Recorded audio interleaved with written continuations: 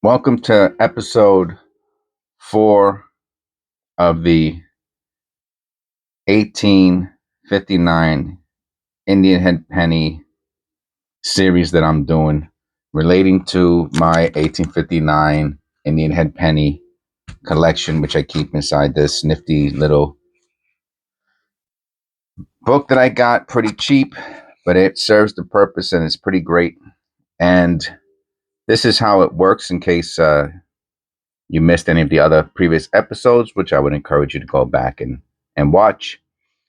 I'm going to assume they're going to get a little better and better as the episodes go on. So I guess you could see more of a raw fumbling of a commentary in the previous ones. Hopefully, that's also part of the interesting journey is seeing a YouTuber content creator improve their technique as the weeks, months, and years go by. So last episode we did, which was episode 3, we did penny number 3. And what I decided to do was to leave the book in this without moving anything. Like I didn't put it from worst condition to best condition, best pennies to worst pennies, nothing like that. This is totally organic, and we are going to be on number. So these books, they have little envelopes in the back, right? And we're on number 4 now. So I will put the flag on number 4. Now you'll notice there's another penny here, and that penny is the reference Indian head penny from a different year. So I'll show it this time, and I might end up showing it again in future videos.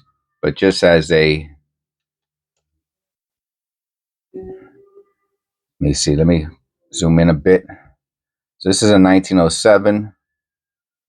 It's in fine condition, and you know it's in fine condition because you can see, because of the details, you can see the especially, let me go a little closer, maybe that'll help out, maybe it'll help me out. You can see the details in the feathers, you can read Liberty, and you could even see some of the diamonds, which I think we went over the last episode. This is the headband. This is the ribbon for the headband that Lady Liberty, well, it's Lady Liberty, but the face is the daughter of the artist. So this is her headband. This is the ribbon for her headband.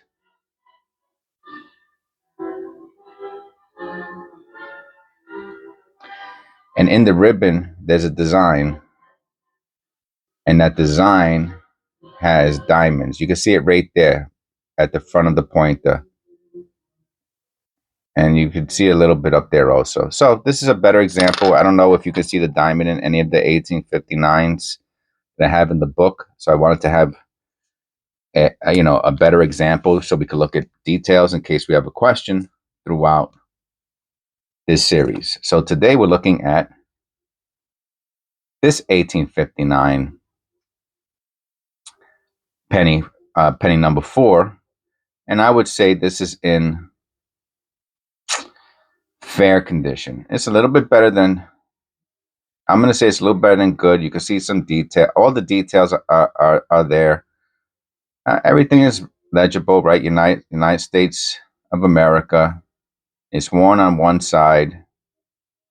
It's kind of interesting that it's worn on this side. It's almost like if this is the side of the penny that people held, but which would be impossible because when you grab a penny out of your pocket, you don't know what direction it's in. So just interesting. It has this black streak going through it, which is also interesting because a penny this worn should not have any ink on it or anything like that, unless it's really from the manufacturer, from, I don't know, like grease that got into the lamination process, the minting process. So I don't know about that either, but always possible. So yeah, so I would put this in in fair, good to fair. To me, good is really, maybe this is good. Maybe this is good to fair, or good plus, or maybe it is just good. But not poor. Everything is it's a good penny. So I guess good, maybe good's a better way of describing it. So in every video, we try to look at least a couple interesting facts about the 1859 penny or Indian head pennies in general, or the penny that we are looking at. Let me see if I can get this in there a little tighter. The penny that we're looking at. Huh. How's the lighting, huh?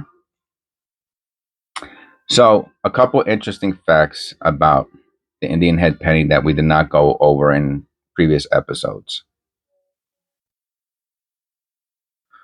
I mean, in relative to other pennies, more modern pennies, Lincoln memorials, shields, I guess it would be kind of obvious that the Indian head penny would be a more valuable penny than newer pennies.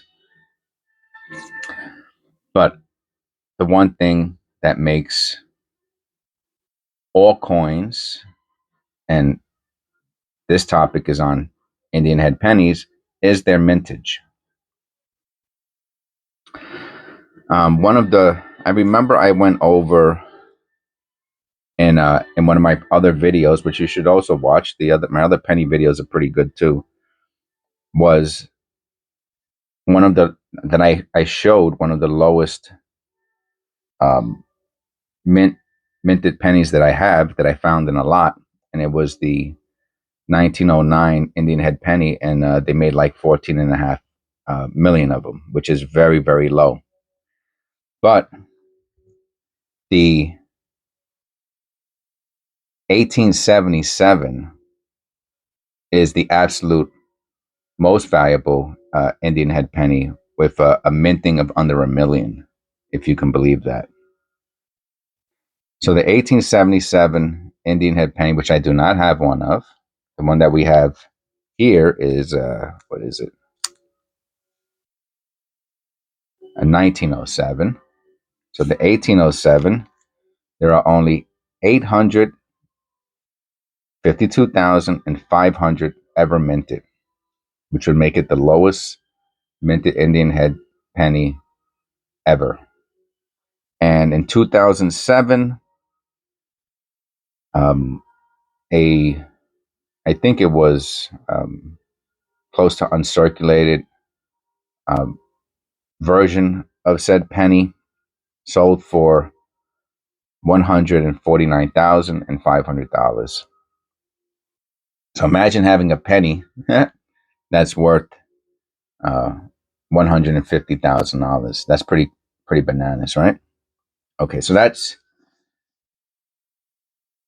the mintage part the of what I want to go over today. And the other, if I have to actually pull it up because I know I'm not going to remember this. I have it here. Let's see. Let's look at the back of this Indian Head Cent. Okay. Now, and it's great that we have the other penny there for. I'm gonna zoom out a little bit, and I want you to. I'm gonna put them side by side, the reverses of these two pennies. And this is something I had no idea of, and you let me know if you knew. I think this is super interesting. See if I can go in a little closer, and take a look and let me know if you notice anything that's different about the reverses of these two pennies. So, of course, the first thing you'll notice is one has a shield and one does not. The next thing you might notice is the ribbons are different, right? You can tell the bow, right? On the ribbons holding the wreaths. What else is different? The um, type of leaf and branch or leaf used for the wreath. They're different. I didn't know this, but the 1859, these are Laurus nobilis, or the Laurus. These are the Laurus leaves from, I believe, is the the Laurus nobilis is the tree. It's either a tree or it's a large shrub. Maybe that's about. Oh, so the Laurus nobilis is the scientific name for the category of this type of leaf flowering plant, which is from the Mediterranean region. Maybe that's one reason I don't know too much about it, because I really, I mean, I heard of the word laurel, which, believe it or not, that's where laurel comes from the root word of laurus, which is the reef. And the laurus comes from the Mediterranean, and the Greeks used it. This is the reef that was above the heads of the Olympians who won. And it's a symbol of achievement. Isn't that interesting? So they put this reef on the first Indian head cent as a symbol of victory over something. That part I don't know. Maybe I'll do a future video on that.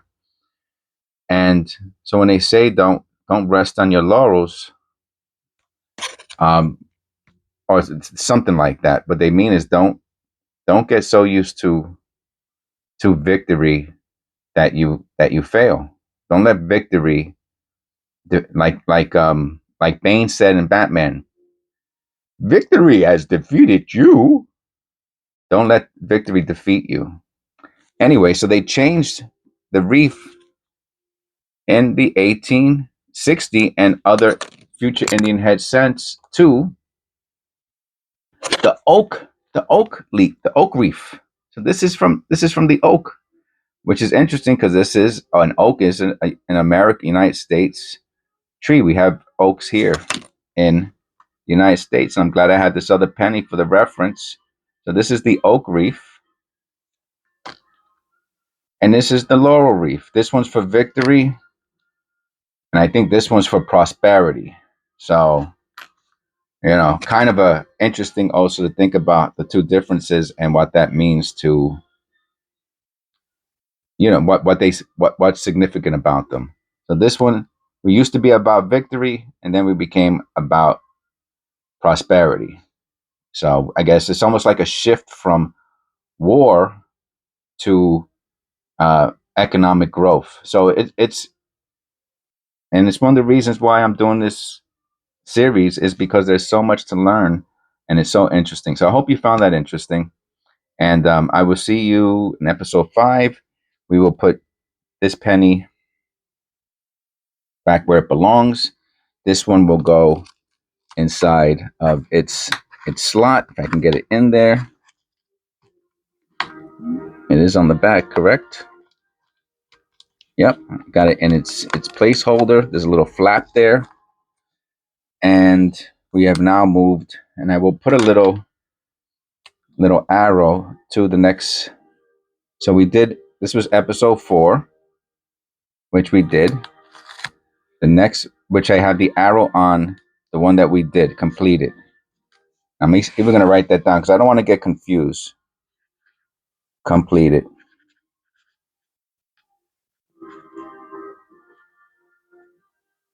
Okay, so we completed that already. Very good. And I will see you in episode 5. I hope you enjoyed that. That was very interesting to me. Thank you.